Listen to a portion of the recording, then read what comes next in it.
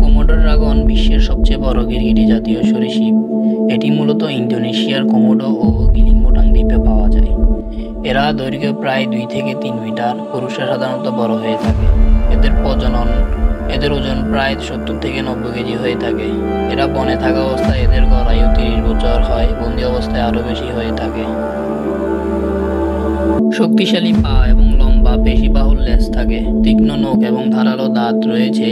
দাঁতের সংখ্যা প্রায় 60। এদের জিহ্বা দ্বিখণ্ডিত, যা গন্ধ ও স্বাদ শনাক্তে সাহায্য করে। ত্বক মোটা ও আঁশযুক্ত, যা এদের রক্ষা করে। এরা মাংসাশী প্রাণী হয়ে থাকে। সাধারণত এরা হরিণ, বন্য শূকর, পাখি ও মৃত প্রাণীর মাংস খেয়ে বেঁচে থাকে। এই কোমোডো ড্রাগন মে থেকে আগস্ট হলো এদের প্রজনন মৌসুম। স্ত্রী কোমোডো ড্রাগন 20 থেকে 30টি ডিম পাড়ে। ডিম ফুটতে প্রায় 8 মাস সময় লাগে এদের।